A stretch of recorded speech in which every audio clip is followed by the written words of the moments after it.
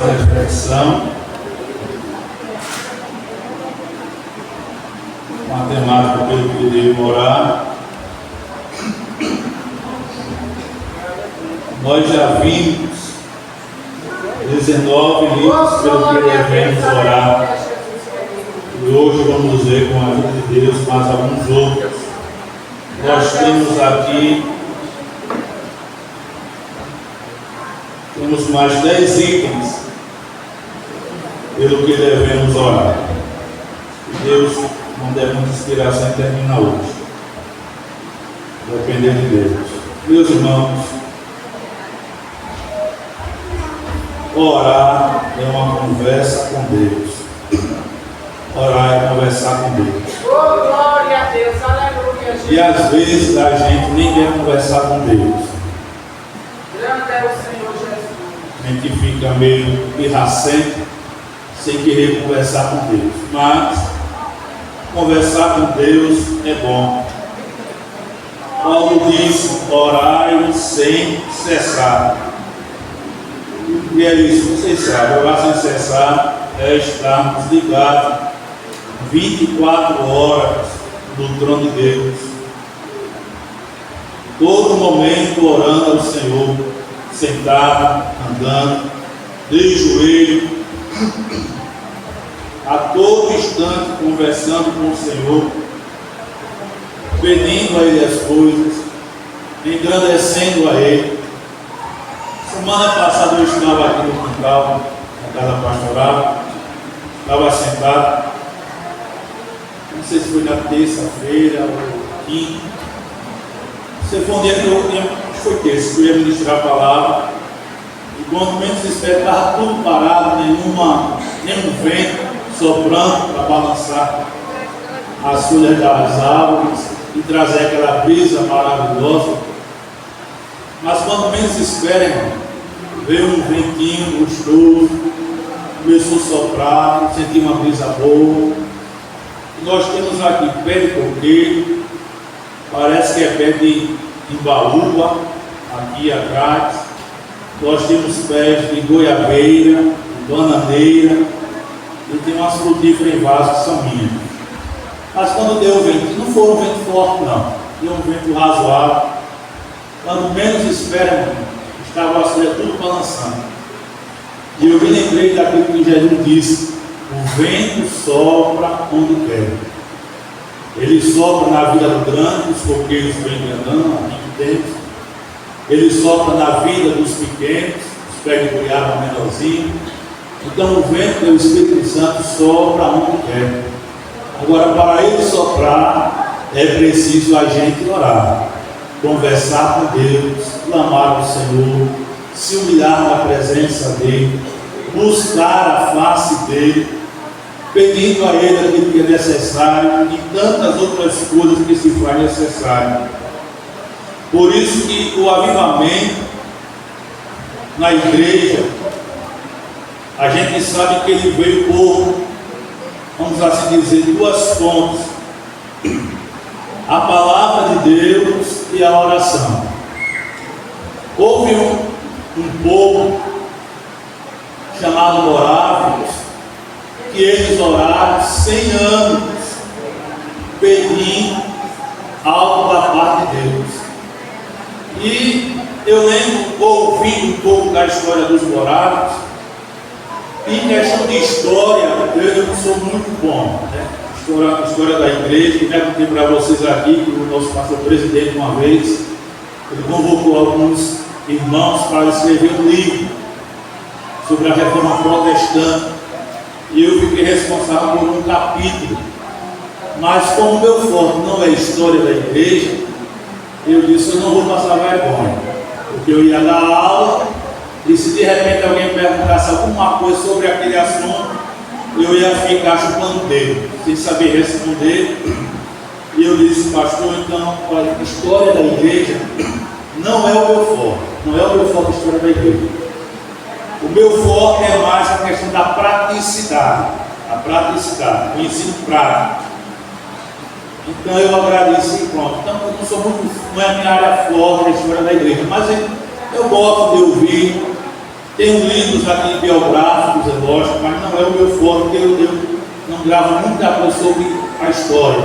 Até a história, assim, secular, eu sou falho, eu sou uma negação. História da Bíblia eu conto, mesmo assim eu conto me arranhando. Né? Não trago nenhuma coisa extra, mas eu trago o que é necessário. Se for para contar a história para criança, misericórdia, eu passo vergonha. Então não dá para mim. Posso até contar que já contei uma vez, uma festividade lá em Cabeça d'Antas, até que eu não me saí mal não, graças a Deus deu para levar. Mas olha, o povo morava, eles passaram 100 anos orando por avivamento. E eu ouvindo um pouco da história deles, eu percebi que eu estava quase semelhantemente a eles, num quesito. Era como se eles fizessem escala de irmãos orando 24 horas. Cada hora era uma pessoa que estava orando por avivamento. E eu lembrei do relógio da oração, e a gente fez aqui já algumas vezes. Então veja que eu não sabia desse detalhe dos morados, mas fiquei sabendo após eu ouvir um pouco da história deles. E tudo isso por causa da oração, pedindo avivamento. E Deus mandou um avivamento. Então uma fonte para haver um avivamento na igreja, seja coletiva ou individualmente, é a oração. A outra fonte é a palavra de Deus. Então essas duas fontes, essas duas armas, posso assim dizer também, elas são fundamentais para que o avivamento de Deus ocorra na vida da igreja. E é por isso que nós devemos clamar, orar, suplicar, rogar ao Senhor Deus por avivamento. É outra coisa pela qual nós devemos orar por avivamento. E o avivamento vem quando? Nós devemos orar e pedir a Deus que mande um avivamento, tanto coletivo como individual. Tanto eu como você individualmente precisamos de um avivamento de Deus em nossa vida. E tudo isso, repito, através da palavra e através da oração. Elas andam juntas, conectadas, elas não andam separadas. São como um pássaro que tem duas asas.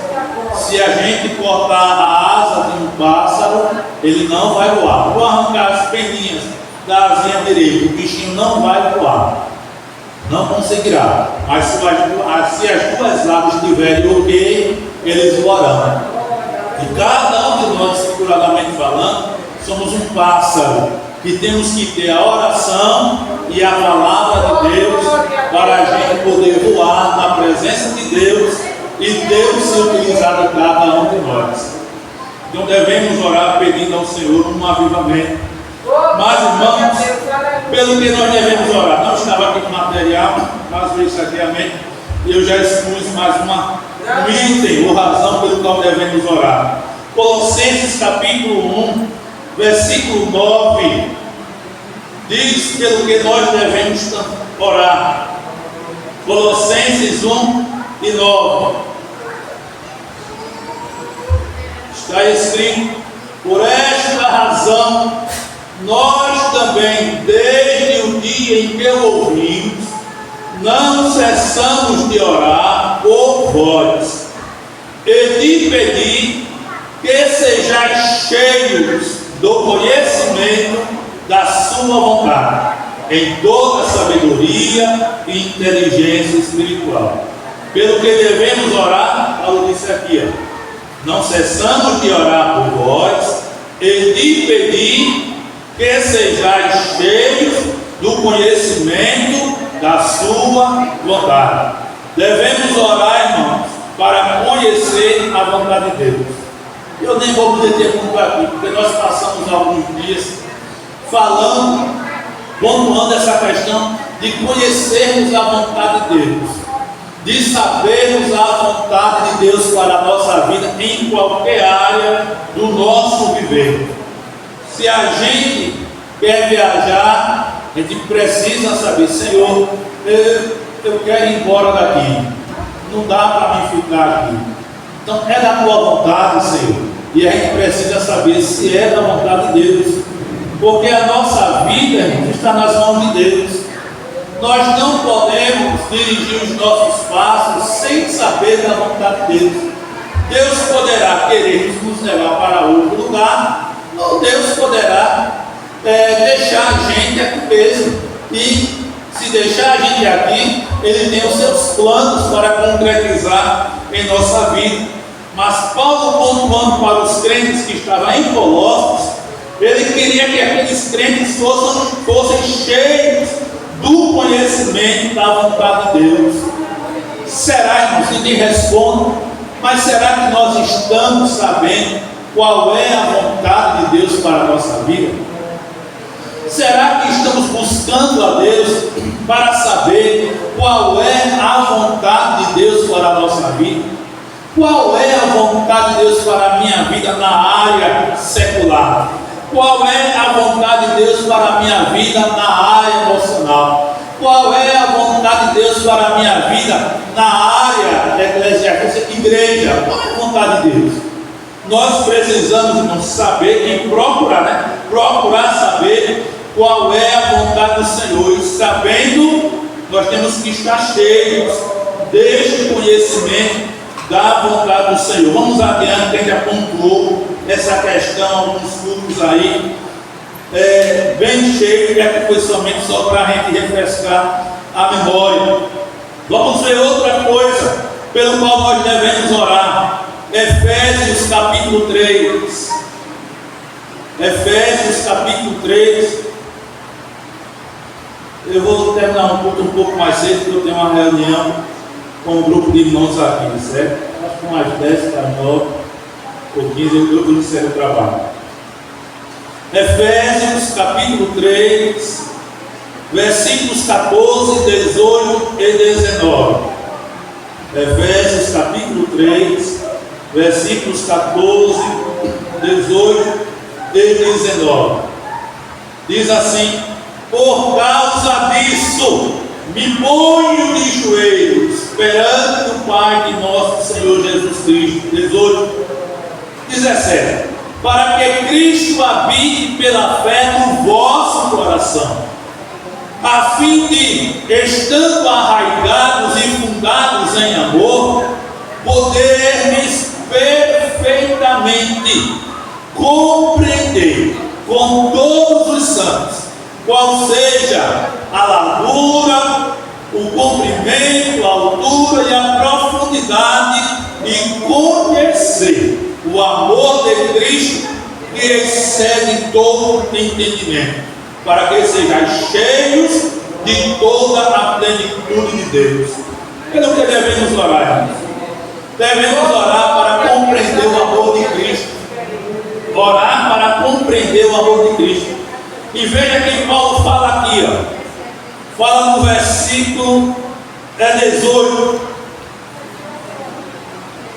poderes perfeitamente compreender com todos os santos qual seja a largura, o comprimento, a altura e a profundidade de conhecer o amor de Cristo. Irmãos, será que dá para a gente chegar a uma noção da largura do amor de Cristo?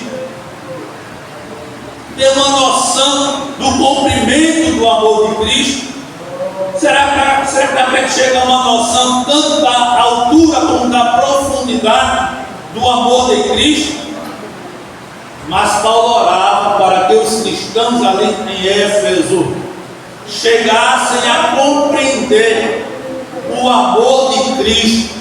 Há um hino aqui na harpa cristã, eu deixei até marcado, fui procurar ele, que é o 169, quando na estrofe, a estrofe diz: longe do Senhor andava, no caminho de horror, pois Jesus não perguntava, nem queria o seu amor.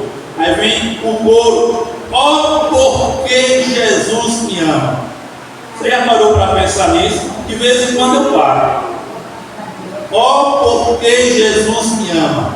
Eu não posso explicar, mas a ti também me chama pois deseja me salvar. Irmãos, não dá para a gente calcular nenhuma dessas dimensões do amor de Cristo, largura, comprimento, altura, profundidade, não dá para a gente mencionar de jeito nenhum. O amor de Cristo, o amor de Deus é muito grande, e nós estamos aqui nesta noite pela misericórdia do Senhor Deus, porque eu devo você explicar porque Ele me ama. Porque quando eu olho para a minha pessoa e eu vejo os meus defeitos, eu vejo as mazelas que ainda tem na minha vida, os carrapichos que ainda tem na minha vida, as imperfeições que há no meu ser. Quando eu olho para mim, eu vejo que a forma de falar, eu sou uma pecinha ruim. Quando eu olho para mim, eu não sei explicar porque Deus me ama. Não sei explicar. Não sei. Eu acredito que você também não sabe explicar o porquê de Deus lhe amar. Eu não sei. Mas eu coloquei aqui, eu não queria fazer recheio no material, mas hoje deu vontade de colocar um recheiozinho aqui, mostrando algumas características do amor de Deus. Romanos capítulo 5 e versículo 8 vai mostrar uma característica do amor de Deus para com a humanidade, no modo geral, mas individual também pode para você nesta noite. Então Romanos 5,8 diz assim: mas Deus prova o seu amor para conosco, em que Cristo morreu por nós, sendo nós ainda pecadores. Sendo nós ainda pecadores. Irmãos, Deus nos amou, sendo nós ainda pecadores. Ou seja, pecadores aqui, mas no sentido de pecador praticante. Que hoje você que já aceitou Jesus como Salvador, nós ainda somos pecadores, mas pecadores lavados e remidos no sangue de Jesus. Há dois tipos de pecadores: o pecador praticante é aquele que vive realmente na prática do pecado, está morto espiritualmente diante de Deus. Mas existe o pecador remido e lavado no sangue de Jesus, que sou eu, que é você e todos aqueles que já aceitaram Jesus. Que é mesmo assim a gente vê um pensamento ruim na nossa mente e a gente vai e peca. Às vezes é uma palavra que a gente pronuncia, a gente peca, mas imediatamente a gente pede perdão ao Senhor, porque a nossa consciência pesa e a gente pede perdão a Ele, Ele nos perdoa e a gente continua a nossa caminhada até chegar nas mansões celestiais. Mas Ele nos amou, sendo nós ainda pecadores. Eu acho que característica é essa do amor de Deus? É um amor incondicional, irmãos. Quando eu nem conhecia de verdade, né? Por mais que eu vivesse em uma religião aí afora e tivesse feito algumas coisas que lá pedia, mas eu não tinha um conhecimento prático de Deus, eu não tinha um conhecimento prático da palavra de Deus. Eu não acreditava em salvação, eu não sabia de salvação, eu não sabia de nada. A coisa que eu dizia, eu acredito que vocês também diziam quando eu era crente: quando eu morrer, eu me coloco no bom lugar. Era o nosso desejo. Não, quando morrer, ninguém sabe para onde vai. Deus é que sabe para onde a gente vai, e Ele a gente não sabe de jeito nenhum. Mas tudo isso porque não tínhamos conhecimento prático de Deus, nem tampouco da Sua palavra. Mas a partir do momento que a gente aceitou Jesus como Salvador, a gente começou a ter um conhecimento prático de Deus. Começamos a ter um conhecimento prático da palavra de Deus sobre a salvação. Tudo isto fundamentada no amor de Deus, de Cristo para com as nossas vidas. E a gente não sabe explicar este tão grandioso amor, este amor incondicional do Senhor para com as nossas vidas. Eu, no presbítero, nunca fui uma pessoa ruim, nunca fui arruaceiro, nunca fui um maloqueiro, mas eu fui perturbador dos trabalhos dos crentes. Eu já contei aqui uma ou outra vez. Aí eu perturbava o trabalho dos crentes. Hoje eu pago meus pecados, mas eu perturbava os trabalhos dos crentes.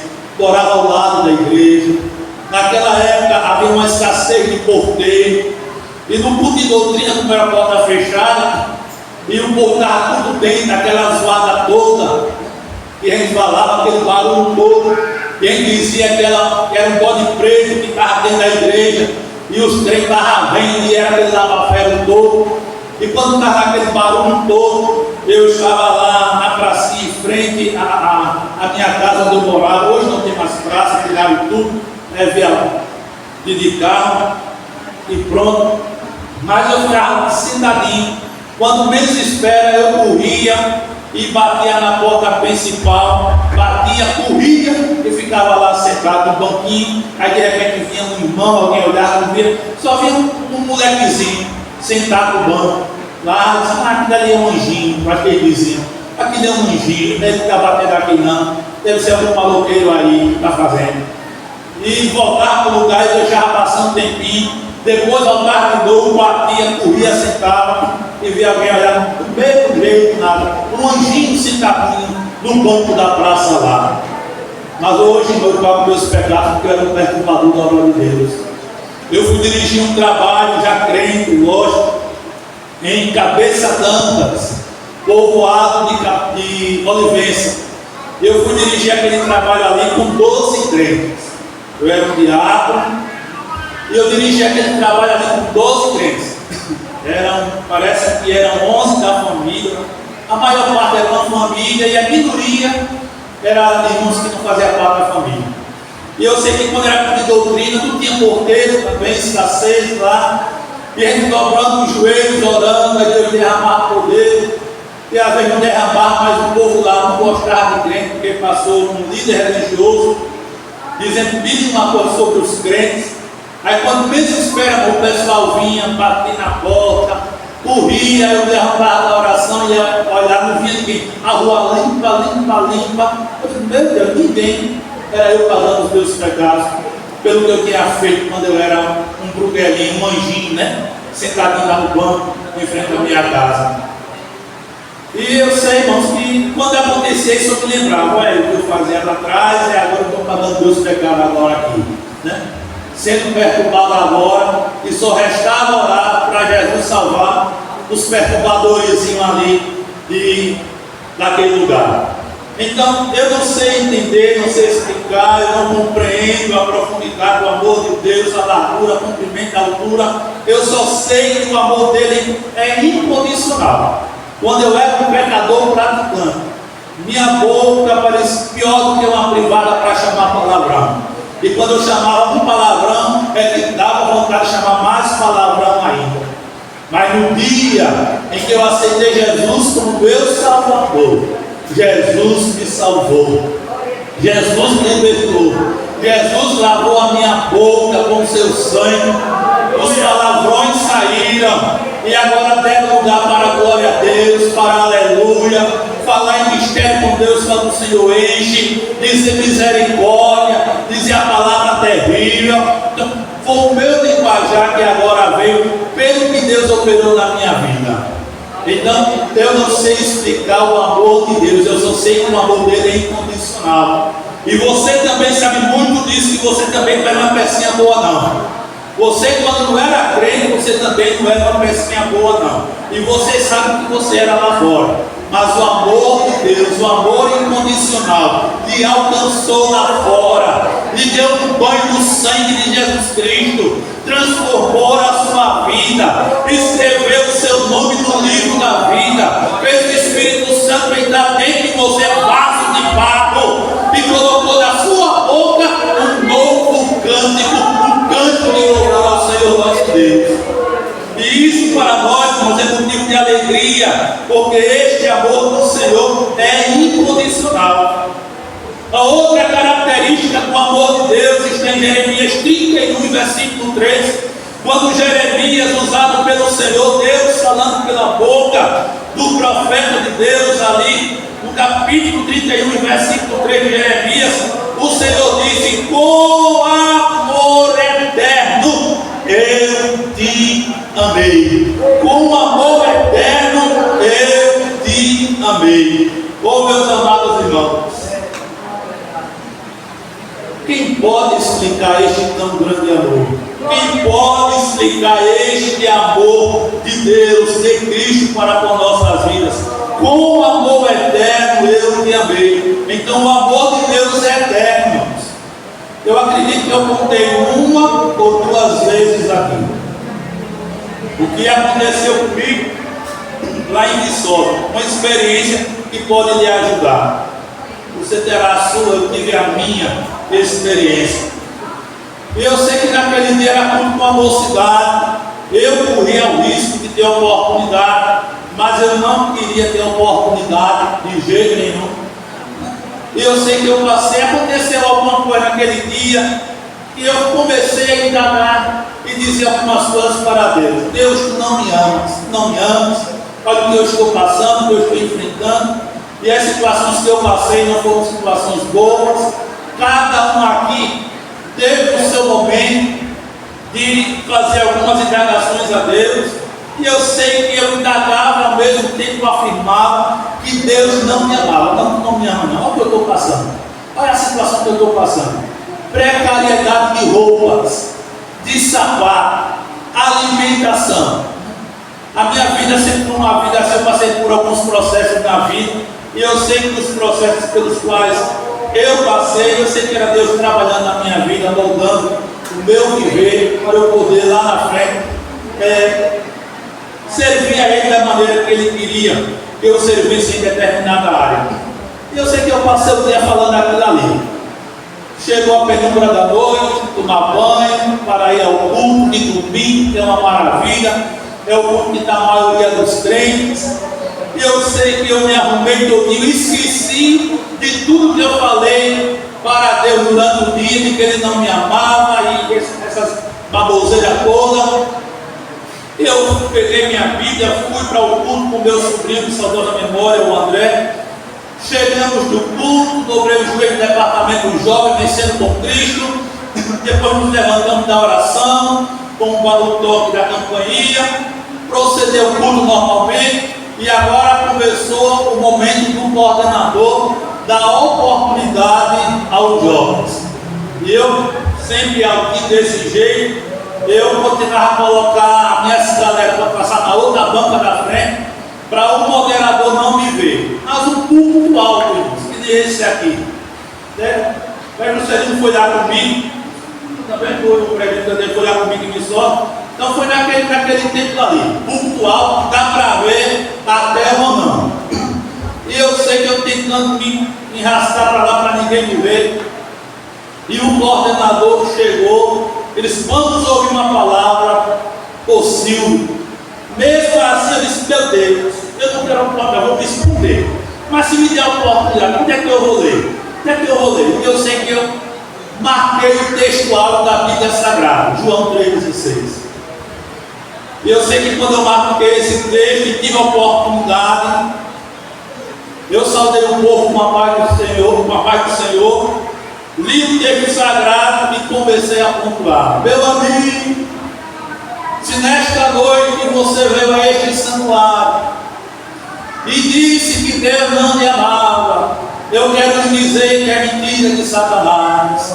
Deus te ama porque Deus amou a humanidade e você faz parte da humanidade. E saí por ali pregando, preguei. Não lembrei de nada do que eu tinha dito a Deus durante o dia. Preguei rapidinho, fui para o meu lugar, acabou o culto. Quando acabou o culto, irmão, eu fui embora para casa.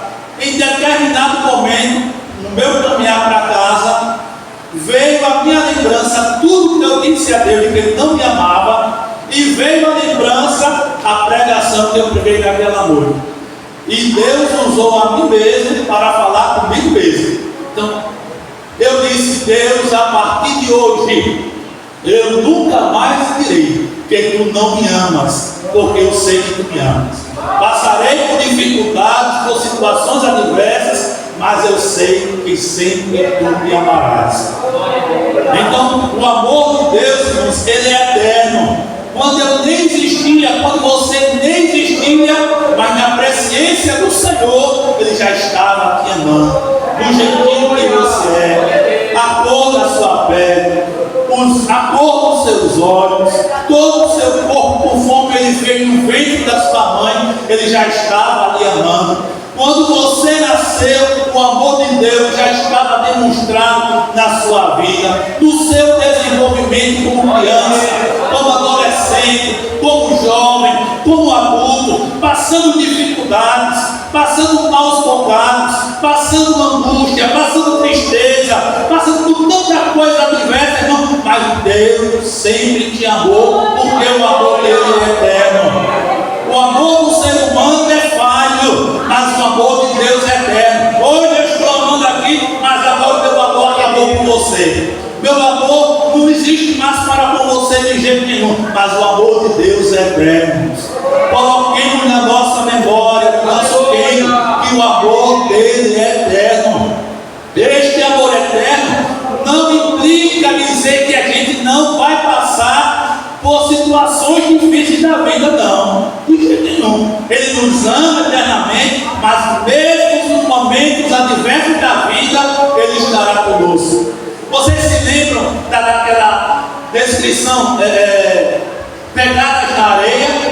Então veja daquela descrição, dificilmente vou estar colocando mais isso aí, mas alguém sonhou que estava andando na areia do mar, estava andando na areia, e quando olhava para trás, viam 2 faros de pegadas, e continuou andando. Lá na frente, olha para trás, e só vê 1 par de pegadas na areia. E quando vê apenas 1 par de pegadas na areia, aquela pessoa diz: Deus, nos momentos difíceis da minha vida, tu me abandonaste, eu fiquei sozinho e tal, e sai lamuriando, né? E questionando: só eu estou sozinho, tu me deixaste, Senhor. É quando no sonho aquela pessoa ouve uma voz dizendo: nos momentos mais difíceis da sua vida, eu te carreguei no colo. Nos momentos difíceis da vida, nas circunstâncias adversas, quando você pensar que está sozinho, que está sozinha, se lembre que o amor de Deus é eterno, e como criança, Ele está carregando você no colo, lhe acalentando, lhe dando refrigério, lhe dando força, lhe dando alegria, lhe dando esperança. E quando chegar lá na frente, Ele colocará você no chão para trilhar o seu caminho. Deus, através do seu amor, Ele não nos deixa, irmão. Ele está conosco. É porque a gente é humano, a gente é falho dele, a gente é cheio de preservado dele. Mas Deus, com o seu amor eterno, Ele não nos deixa, Ele não nos abandona. Ele está conosco como um pai, como uma mãe. Como uma mãe que já foi mãe, quem é mãe aqui que tem criança de colo, e sabe que a criança, ela gosta de colo. Antigamente havia um conceito de que não podia colocar muita criança no colo. Para quê? Deixar essa criança no colo direto, vai deixar essa criança mimada. Não tem para quê ficar com uma criança direto no colo, não. Vai deixar essa criança cheia de mimo, muito mimada. Mas os anos passam, a Bíblia diz que a ciência se multiplicará. E o que é que acontece agora? Os estudiosos da área dizem que uma criança ficando muito no colo não é questão de ela ficar animada, não. É questão de que ela está se sentindo bem ali no colo da mãe ou de alguém da família, para nutrir mais os laços entre a mãe e a criança, entre os membros da família dela. Confiança entre aquelas pessoas é a mesma coisa de Deus. O amor dele é eterno para as nossas vidas e nos coloca no colo para a gente ter mais segurança. Uma criança no colo, ela sabe que está segura, ela sabe que não vai cair, ela sabe que nada acontecerá com ela, porque ela está no colo da mãe ou de outra pessoa que a está sustentando tremendamente. Eu lembro aqui, irmãos, de um dia que nós fomos para um lazer, a minha família. Nós fomos para a praia de Ibió. Tinha um irmão que foi ovelha minha, lá em Bela Vista, eu pastoreei, irmão Benedito. E irmão Benedito morava em Ibió. Eu disse: pastor, vem aqui passar um dia com a gente. Eu disse: eu vou marcar um dia, vou com uma família para ir. E fomos lá, na casa dele pertinho da praia de Pioca, uma praia deserta. E eu sei que a gente foi lá, começamos a andar. Seniel era pequeno ainda de colo, mas devia ter um ano, um pouco por aí fora, mas que estava no colo. E eu sei, irmão, que a gente foi andando, eu com o menino na frente, e quando menos espera, e pior que tem umas pedras lá na areia, que ora fica coberta pela areia e ora sai. E quando menos espera, a gente ouve um grito de cheia: ajuda aqui! Era caída na areia, porque tropeçou em uma das pedras que tinha lá, que estava coberta pela areia. Ela tropeçou, caiu, o Seniel no colo, mas ela se arrebentou toda e segurando o Seniel para Seniel não meter a cara no chão. Então, veja, irmão, Deus faz assim com a gente, não é que Deus vai cair, não. Isso fala de segurança. Uma criança no colo da mãe ou de alguém da família que sempre está ali com ele, ela sabe que está segura. O amor de nosso Deus é eterno, ele sempre vai cuidar de mim e sempre vai cuidar de você. O amor de Deus tem outra característica. Romanos 8:35. Eu anotei errado. Romanos 8:35. Diz a palavra de Deus: quem nos separará do amor de Cristo? Quem nos separará do amor de Cristo? Ô irmãos, o amor de Cristo é inseparável. Nada pode nos separar. Há um hino aí do cantor, acho que é J. que diz sobre o amor de Cristo. Nada não separa desse amor. É assim? Nada vai tirar Jesus de mim. Olha, nada, irmãos, pode nos separar do amor de Deus. Nada. O amor de Deus é inseparável. Paulo, falando para a igreja que estava, os irmãos que estavam em Roma, ele saiu pontuando: será que é a tribulação que vai nos separar do amor de Cristo? Será que é a angústia que vai nos separar de Cristo? Aí eu já ouvi pessoas dizerem, quando aceitei Jesus, quando eu era crente era uma maravilha, agora no dia que eu aceitei Jesus, pense, é luta, é tribulação, é dificuldade. E a gente que vai conversar com o novo crente, a gente tem que dizer: não, mas isso faz parte da vida. Quando o senhor era crente, o senhor também passava, a senhora, você, se for uma pessoa mais nova, você passava por dificuldade também. Só que agora você está vendo isso é mais claramente. Mas permaneça firme em Jesus, ele vai te dar vitória e tal. Mas será que é a tribulação? Será que é a angústia? Será que é a perseguição? Será que é a fome? Perseguição, irmãos. Será que a gente já foi perseguido aqui por amor a Cristo?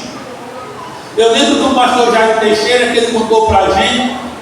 Nós temos uma igreja, campo missionário, Vila Franciscana. Ela pertence a Quebrangulo, né? Pertence a Quebrangulo. E a igreja pertencia a Quebrangulo ali. E o trabalho ali nunca avançou. Parece que enterraram, não foi a cabeça de um jumento. Parece que enterraram, foi a família do jumento completo ali. E o trabalho não alavancava. Tinha um líder religioso, já morreu, esse líder religioso, que ele lá, irmão, mandava, não aceitava crente lá. Ele andava de vez em quando, diziam que quando ele andava, flutuava. Acho que ele andou por aqui também, não sei, corcundinha. E ele não aceitava a visita de crente lá, ele não andava por lá, mas era um ponto dele lá na Vila Franciscana.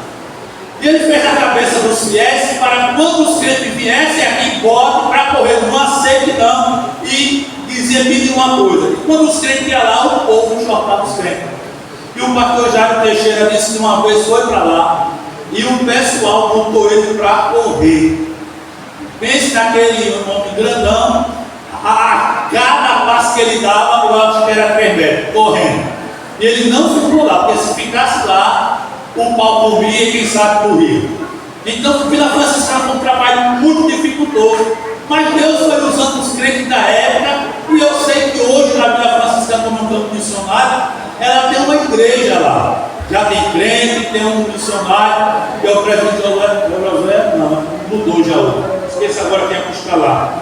O Josué está em Piranhas. Parece que é o pastor Marcos que está lá. Enfim. Temos um trabalho agora abençoado lá, uma igreja já, um templo levantado, um número de crentes também bom já lá, com essas coisas, mas tem um número já bom de irmãos ali congregando. Então veja só, irmãos, nada pode nos separar do amor de Deus, nem a perseguição. Talvez você nunca foi perseguido.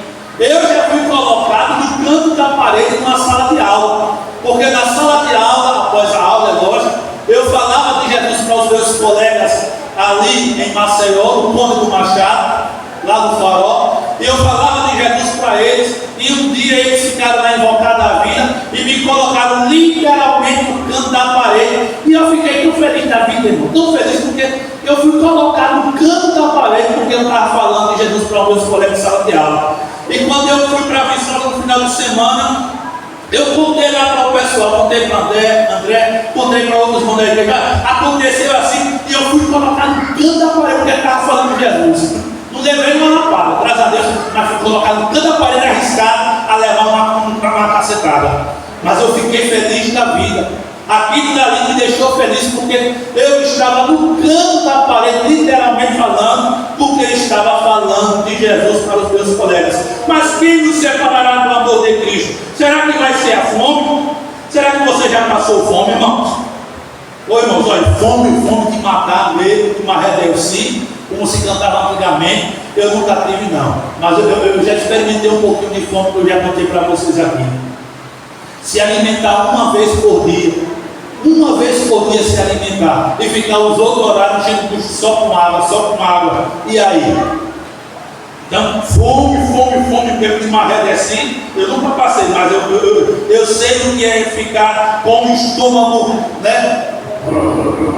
E a tripa maior com a menor, uma brigando com a outra, porque não tem comida dentro dela para poder trabalhar. Então eu sei o que é isso aí. Então, será que é a fome? Não. Será que é a nudez? Né? Será que é a nudez que vai nos separar do amor de Cristo? Talvez você nunca ficou nu literalmente, só quando era criancinha. Mas depois que foi crescendo, não tem para quê. Mas nudez aqui fala da escassez de roupa, irmão. E eu passei por isso. Eu já passei por escassez de roupa, sem ter roupa suficiente para vir ao culto. Hoje eu não tenho essas roupas todas não, mas eu tenho roupa para vir ao culto, tenho. Mas quando eu olho lá atrás, eu não tinha tanta roupa para vir ao culto. Às vezes era 2 calças ou 3 calças jeans para eu poder vir ao culto, 5 camisas para poder vir ao culto. Um dia eu tive que viajar para Maceió, porque teve alguém que disse: vem aqui em casa. Quando fui na casa dessa pessoa, que é uma sobrinha minha, a Silvia, ela me deu, aí foi 5 ou foi 10 camisas, ela comprou de 5 a 10 camisas. Toma aqui, Silvia, para você.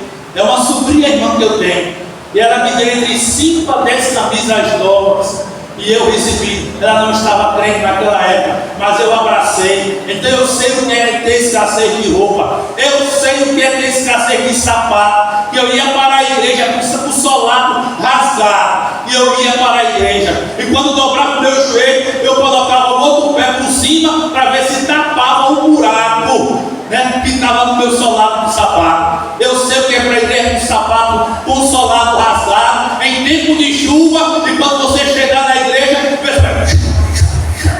o sapato cheio de água e o fedor rolando, e eu orando: Jesus, não tem fedor rolar não, porque misericórdia.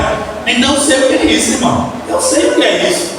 Eu sei o que é passar privação de sapato, de roupa, mas isso não me afastou de Cristo, isso não me separou de Cristo, isso me deixou mais junto dele, mais perto dele, porque eu sei de onde ele me tirou. Será que é o perigo que vai me separar de Cristo? Quantos perigos Paulo passou? Quantos perigos eu passei também? Será que é a espada que vai me separar de Cristo? Versículo 38, será que é a morte que vai me separar de Cristo? Será que é a vida, as situações recorrentes da vida? Será que são os anjos, os principados, as potestades, o presente, o futuro? Nem a altura, nem a profundidade, nem alguma outra criatura, disse Paulo, pelo Espírito de Deus aos crentes de Roma, nem alguma outra criatura nos poderá separar do amor de Deus que está em Cristo Jesus, nosso nós do Senhor. Nada não pode nos separar do amor de Cristo. O amor do Senhor, ele é inseparável. Esta é a terceira característica do amor de Deus, inseparável. Nada pode nos separar do amor de Deus, irmãos. Se estamos ligados nele, nada poderá nos separar. Nem alguma outra criatura nos poderá separar do amor de Deus. Essa conversa, não, eu deixei Jesus por causa do irmão, eu deixei Jesus por causa da irmã, não, eu deixei Jesus porque aquele irmão assim, aquela irmã assada. Você deixou Jesus porque você não estava firmado em Cristo, porque você não estava ligado em Jesus, porque se você tivesse ligado em Jesus, nem alguma outra criatura nos separará do amor de Deus. Essa conversa, essa desculpa esfarrapada que saiu, eu já contei para vocês aqui, um caso de um rapaz, até hoje ele está afastado do Evangelho. Esse rapaz era um rapaz dinâmico na igreja. Esse rapaz, ele foi usado para que eu viesse para Cristo. Meu sobrinho foi ganho por ele. Ele cuidou do meu sobrinho como novo crente. Ia lá em casa, conversava comigo, eu não queria saber de ser crente. E esse rapaz pegou e ficou me evangelizando, junto com outras pessoas. E eu sei que eu acabei aceitando a Jesus como meu Salvador, ficando servindo ao Senhor na mocidade. Mas um dia, aquele rapaz, ele se apaixonou por uma moça da igreja. Graças a Deus que foi por uma moça da igreja, né? Por mim, se fosse por alguém que não fosse da mesma fé, aí seria mim. Mas esse rapaz, ele paquerou uma moça da igreja e tal, e ficou lutando, até que um dia esta moça aceitou namorar com ele. E namorou com ele, já contei uma vez, eu fui coisa desse cara. E esse rapaz ficou feliz da vida porque estava namorando com aquela menina. Ô irmãos, era Deus do céu e a menina na terra. Que é bonito o amor, né? Que os casados aqui, sabe que quando namorar, né? É bonito demais, é soló, é maravilha, ô coisa boa, é maravilha do céu na terra. Mas irmãos, um ano aquela moça pegou e acabou o namoro, não verbalmente. Ela escreveu uma carta para aquele rapaz. Ela escreveu uma carta em final de ano. Pense no final de ano tribuloso para aquele rapaz. E ela escreveu uma cartinha: em um ano você não conseguiu fazer a minha cabeça. E eu sei que aquele final de ano, para a entrada de um novo ano, foi um martírio para aquele rapaz. Ele ficou triste, ele ficou arrasado, porque namorou um ano e aquela moça não gostou dele de jeito nenhum. Eu recomendo, não namore sem gostar. Não namore. Só namore se você nutrir algo por alguém. Eu da minha juventude inexperiente, eu namorei com uma menina sem ela gostar de mim, eu não sabia, né? Eu gostava da menina e eu sei que eu pedi para namorar e a menina aceitou. Eu só vim saber que era terrível, não gostava de mim. Depois de um mês, ela disse: olha Silvio, foi só um mês, graças a Deus, foi só um mês, né? Em um mês eu comecei a gostar de você. Agora, um mês naquela época, eu era feio para parecer da múmia, uma múmia, era tão feio, parecendo a múmia, e Deus operou um milagre. Em um mês a menina começou a gostar de mim. Hoje eu estou muito bonito, graças a Deus, né? Hoje, com meus olhos azuis, eu estou bonito, mas com um mês, graças a Deus, a moça começou a gostar de mim. Mas eu recomendo, não namore se não gostar de ninguém. O que aconteceu com esse rapaz, ele ficou triste. O que aconteceu? Já não ia mais para a igreja, que antes era assíduo aos cultos, já não ia mais para a igreja, não queria saber que está servindo a Deus. E eu percebi alguma coisa errada com esse camarada. Eu disse: olha, eu quero falar contigo. E ele está certo, mas toda vez que eu acertava para conversar com ele, ele era aqui, ó, fugindo, saindo. Quando foi um dia que eu vou esperar esse cabra aqui, ele sai do trabalho meio-dia e meio-dia eu estou aqui na beira, aqui esperando para dar o próximo sujeito. E quando ele passa, eu digo: epa, olha eu aqui, rapaz, tantas vezes eu marcando para conversar contigo e tu caindo fora, negando. Agora a gente vai conversar daqui até na tua casa. Ele avistando a casa dele, pronto. E aí eu perguntei: o que é que está acontecendo? Nada não. Eu disse: ele botou uma desculpa, Olha, eu sou batizado no Espírito Santo há muito tempo, e muito tempo que eu não falo coisa estranha. Eu vejo um povo falando na igreja e eu nunca mais falei, aí eu fui me desanimando e acabei caindo fora.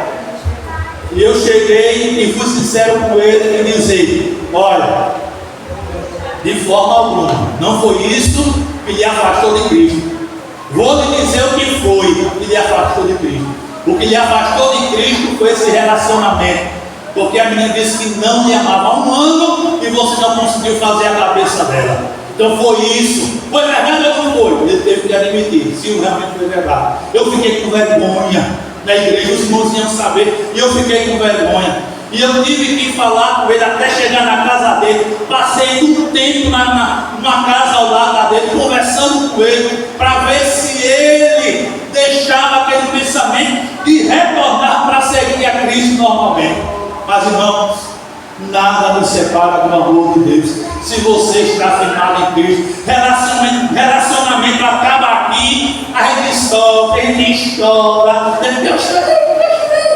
Quando acabou, foi a menina que acabou o namoro comigo. Nunca tive vergonha de dizer, não sou machista. Quem acabou foi ela. Eu chorei, fiquei triste. Olha, chorando. É normal, faz parte da vida. Mas depois que conversa, ficar pegando de menina, ergui a cabeça, vamos embora. E lá na frente Deus tem algo para mim também. Vamos embora. Nada nos separa do amor de Cristo, irmão. Não é relacionamento rompido, não é pessoa na igreja. Eu afirmo, se você estiver ligado, como Jesus disse lá em João 15, se você estiver ligado nele e a videira, nada nos separa dele, de jeito nenhum. Porque quem morreu no Calvário não foi ninguém na igreja. Quem morreu no Calvário por você foi esse nome aqui, que está no altar, Jesus. Foi ele que morreu por você no Calvário. Foi ele que garantiu uma morada para você no céu. Foi ele que prometeu batizar no Espírito Santo. Foi ele que prometeu estar conosco todos os dias até a consumação dos séculos. Foi ele que prometeu dar uma coroa para cada um lá quando chegar. Foi ele que prometeu dar um novo nome para aqueles que chegarem lá. Foi ele, não foi ninguém aqui na terra. Então foque o seu olhar deste homem chamado Jesus. Vive a sua vida em Jesus Cristo e nada vai lhe separar dele de forma alguma. Aleluia!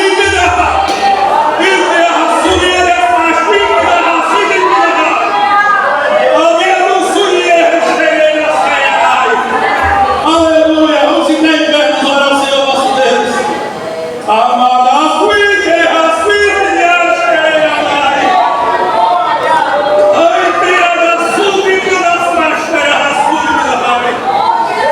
Deus querido, Deus amado, Deus verdadeiro, louvamos o teu nome, magnificamos a ti, Senhor, porque tu és santo, tu és eterno, tu és perfeito, tu és amoroso, tu és benigno, tu és aquele que nos salvaste, tu és aquele que remiste a nossa alma, tu és aquele que firmaste os nossos pés na rocha, que és tu és aquele que entraste em nossa vida, escreveste o nosso nome no livro da vida, tu és aquele que nos deste o gozo da salvação, a esperança da vida eterna, tu és aquele que nos ama, Senhor. Eu rogo que este amor seja aumentado na nossa vida, eu rogo que este amor seja, meu Deus, acrescido na nossa vida, que as circunstâncias adversas, que as pessoas que nada nesta vida